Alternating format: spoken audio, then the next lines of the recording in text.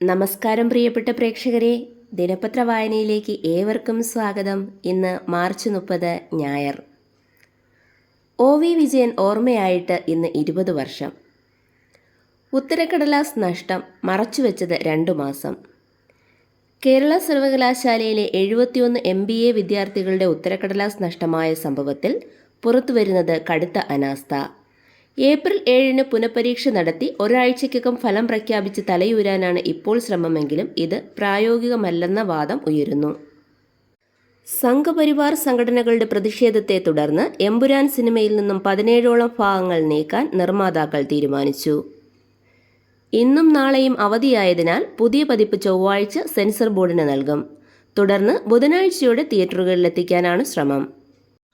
മ്യാൻമാറിനെ നടുക്കിയ ഭൂകമ്പത്തിൽ മരിച്ചവരുടെ എണ്ണം 1600 കടന്നു. 10,000-ലേറെ പേർ മരിച്ചിട്ടുണ്ടാകുമെന്നാണ് US ജിയോളജിക്കൽ സർവേയുടെ നിഗമനം.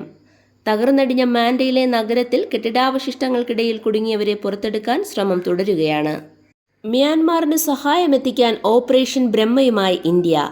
ദേശീയ ദുരന്ത നിവാരണ സേനയിലെ 80 അംഗങ്ങളെയും കരസേനയുടെ ഫീൽഡ് ഹോസ്പിറ്റൽ യൂണിറ്റിലെ 118 പേരെയും മ്യാൻമാറിലേക്ക് അയച്ചു.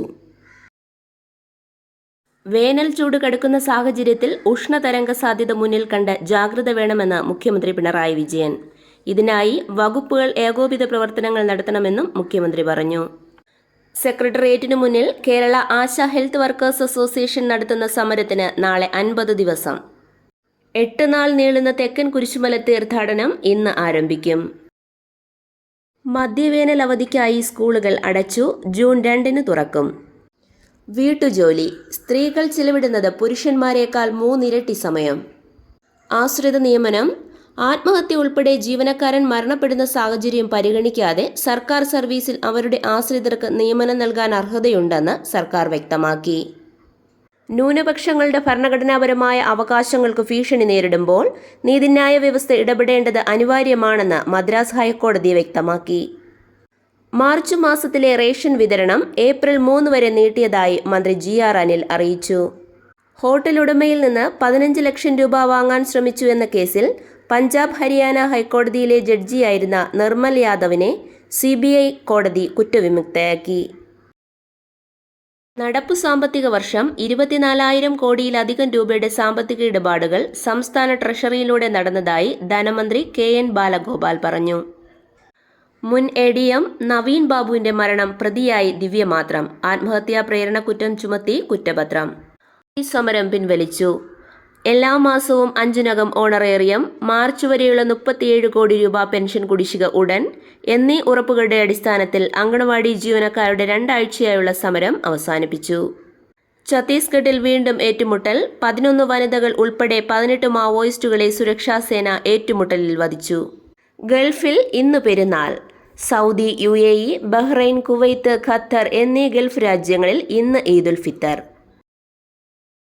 ഇന്ന് രാജ്യാന്തര സീറോ വേസ്റ്റ് ദിനം. ലോകത്ത് ഓരോ വർഷവും ഉണ്ടാകുന്നത് 200 കോടിയിലേറെ ടൺ ഖരമാലിന്യം. ഇതിൽ 10 കോടി ടൺ വസ്ത്രമാലിന്യങ്ങളാണ്. CPM പാർട്ടി കോൺഗ്രസ് ഏപ്രിൽ 2 മുതൽ 6 വരെ. സെമിനാറിൽ പിണറായിയും സ്റ്റാലിനും ഒന്നിച്ചു പങ്കെടുക്കും. ഇന്ത്യ-US വ്യാപാര കരാർ മേഖല തിരിച്ചുള്ള ചർച്ച അടുത്തയാഴ്ച മുതൽ. ദേശീയ ഗ്രാമീണ തൊഴിലുറപ്പ് പദ്ധതിയിൽ ഈ മാസം 21 വരെ കേരളത്തിനുള്ള കുടിശ്ശിക 1055.81 കോടി രൂപയാണെന്ന് കേന്ദ്ര ഗ്രാമവികസന മന്ത്രാലയം രാജ്യസഭയിൽ അറിയിച്ചു. സംസ്ഥാന സർക്കാരിന്റെ മാലിന്യമുക്ത നവകേരളം പ്രചരണത്തിന്റെ ഭാഗമായി ഇതുവരെ 375 തദ്ദേശ സ്ഥാപനങ്ങൾ മാലിന്യമുക്തമായി പ്രഖ്യാപിച്ചു. സംസ്ഥാന സർക്കാരിന്റെ 4ാം വാർഷികം പ്രദർശന വിപണനമേള മെയ് 17 മുതൽ. മുണ്ടക്കൈ ചൂരൽമല ദുരിതബാധിതർക്കായി സർക്കാർ നിർമ്മിക്കുന്ന ടൗൺഷിപ്പിൽ 50 വീടുകൾ Lulu group chairman MA Yusuff Ali നൽകും.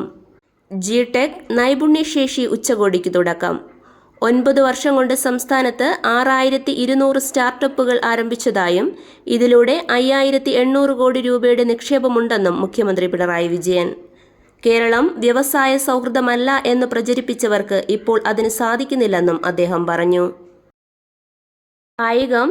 IPL മുംബൈക്കെതിരെ ഗുജറാത്തിന് 36 റൺസ് ജയം.